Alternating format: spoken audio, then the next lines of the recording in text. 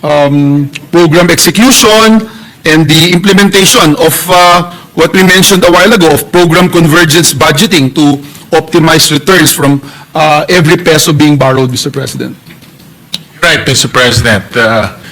Yeah, that's So- why. So the strategies are in place, Mr. Yes, President. Mr. President. Maybe here. But what's important is to continue to grow our economy as fast as we can, Mr. President, to make sure that the bottlenecks are addressed. Confidence of our investor continues to grow because we also rely on investment to grow our economy. So all of these things should come into play, Mr. President, because if we continue to grow our economy, then borrowing, well, we can still borrow, but we can outgrow our borrowing, Mr. President. Yes, Mr. President, if I may, and please, I beg the indulgence of my good friend and our chairperson of the Senate Committee on Finance, if we can hear something like a particular strategy that we are looking at to right now, that we will be able to implement in order to achieve this goal, Mr. President.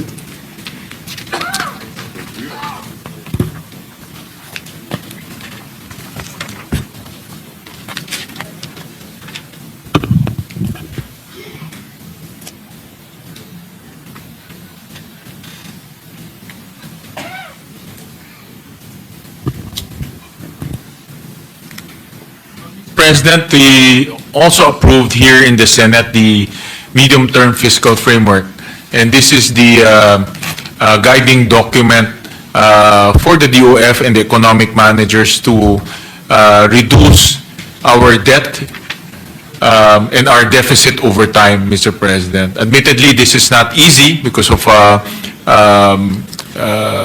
various headwinds that we cannot forecast. But the goal here is to reduce our deficit, reduce our debt to GDP, continue to grow our economy, Mr. President. Thank you, Mr. President, and I'm happy to report also, Mr. President, that we supported this particular measure, this initiative that aims to narrow the fiscal deficit from 6.5% of GDP in 2022 to 3% by 2028, bring down the debt to GDP ratio below 60%, sustain annual growth of 6.5% to 8%, and maintain infrastructure spending at around 5% to 6% of GDP to support economic expansion and job creation. Perhaps, Mr. President, what we are looking at, Mr. President, is perhaps ask, for example, Mr. President, a specific sector, yung bright spots, kumbaga ho, Mr. President, na pwede po nating makita right now. For example, yung pong trabaho para sa bayan law that we passed, I think they have already come up with a strategy on how we'll be able to come up with our master plan insofar as job creation is concerned.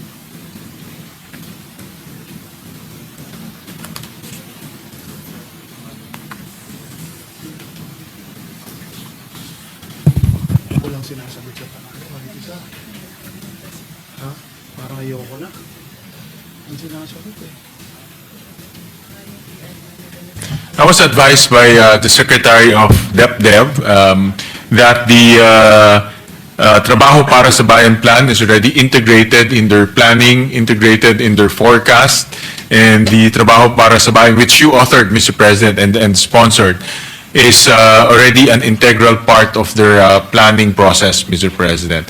So, and I know that the Trabaho para sa Bayan addresses the issue of job mismatch and also addresses the issue of job forecasting or demand forecasting, Mr. President.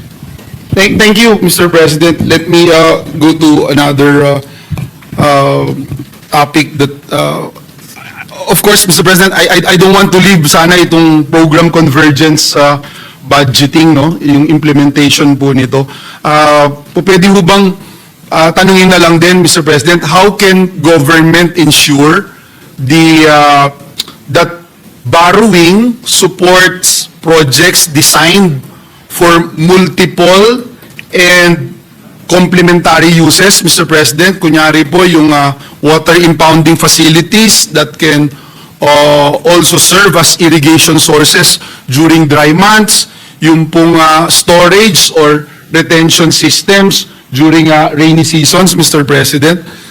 May we know how can the government ensure na ganito po yung borrowing policy natin, Mr. President?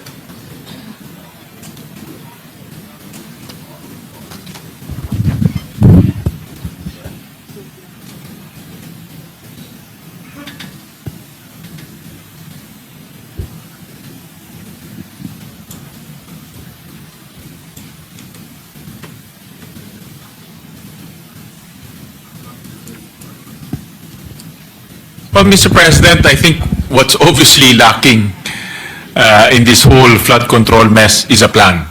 No? Wala tayong plano.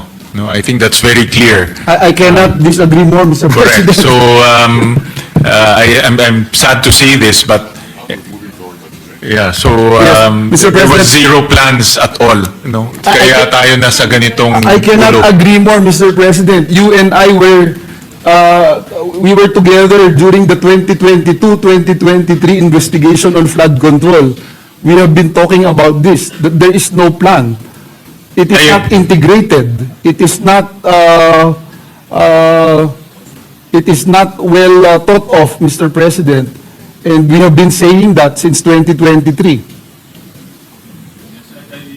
I can attest to that, Mr. President, that you were very vocal in raising the issue that there's no plan whatsoever in addressing the flooding in the province of Bulacan and also in Metro Manila, Mr. President. And sad to say, because of that absence in a plan, nandito na tayo, nagkaloko-loko na, Mr. President. So I think that's the objective of the economic managers now, is to, moving forward, that all of this flood control should be part of a well-researched, science-based master plan, so that we won't waste resources, Mr. President. Thank you, Mr. President. That's the only reason why I wanted to raise this particular question, Mr. President.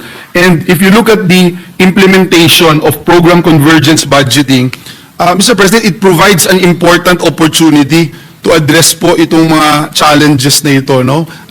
Nakita po natin, for example, by integrating efforts across agencies such as DPWH, DENR, NIA, and LGUs, yung pong program convergence budgeting can help ensure na yung pondo po ay directed to the areas of greatest need, and that the government investments, particularly in climate resilience and flood control, yield the most value for every peso spent.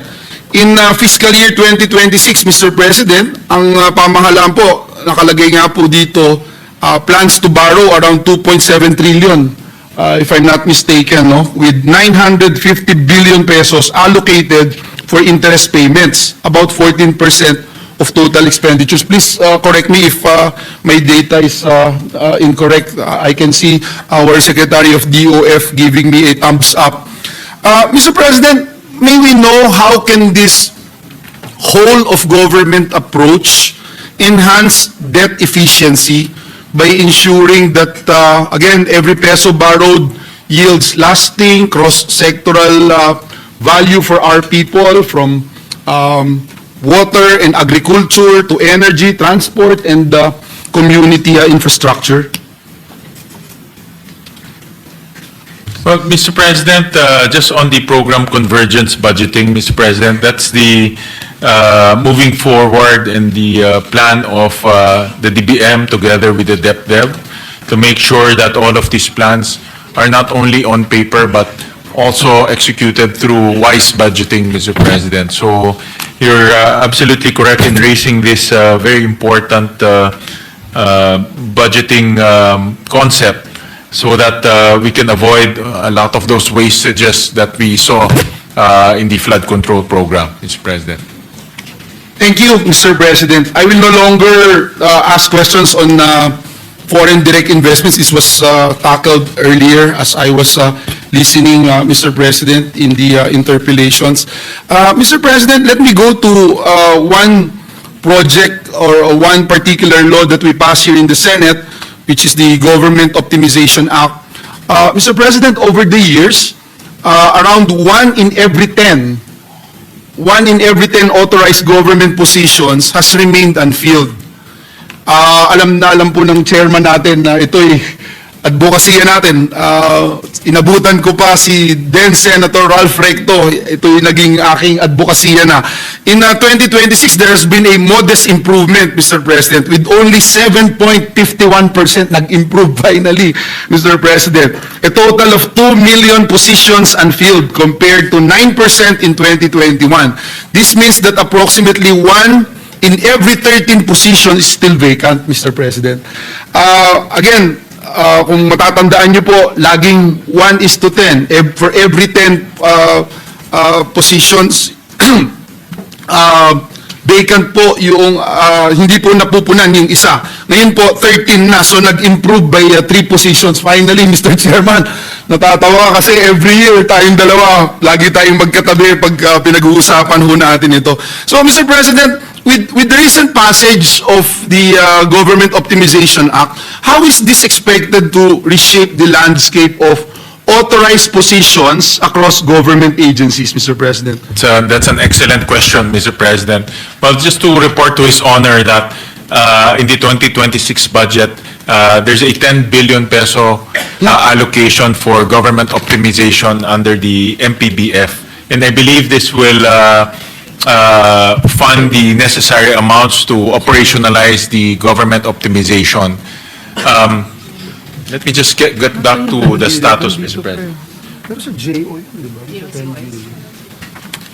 I think, Mr. President, if I may clarify the good chairman, I think it is for the job orders and the contract of service, yung 10 billion. If I'm not mistaken, it's not for the... No, it's for everything, Mr. for President. everything. So, Mr. President, and I have good news.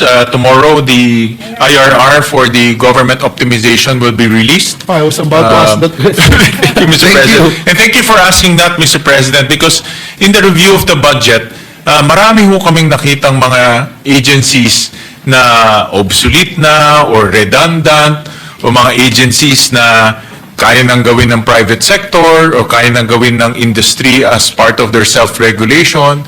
Hindi naman ho kailangan ng gobyerno to regulate everything. The industry can regulate themselves.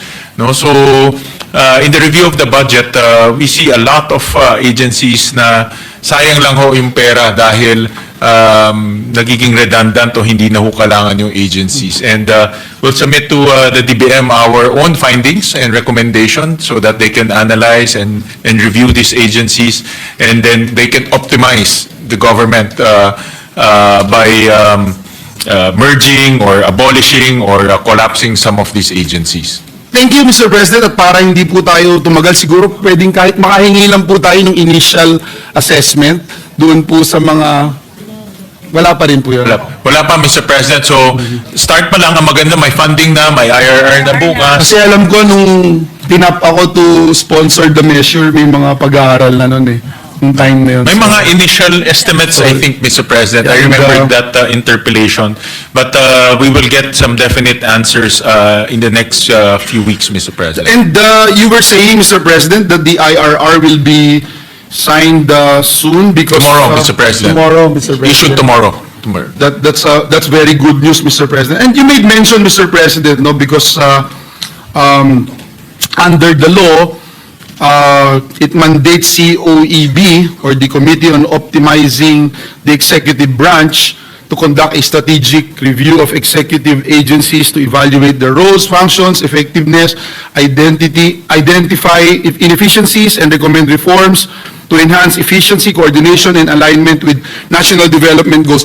May mga low-hanging fruits po na nakikita na tayo, tumatango po si Secretary Mina. For example, Mr. President, yung optical media board. Ano pa bang pwedeng gawin ng optical media board? Pwede pa ho ba silang gawin?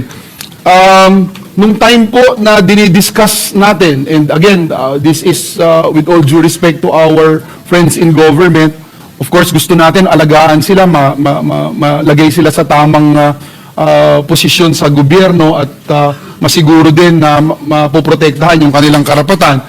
I remember, Mr. President, and Senator Recto was still with us during that time when we were discussing the Department of Migrant Workers.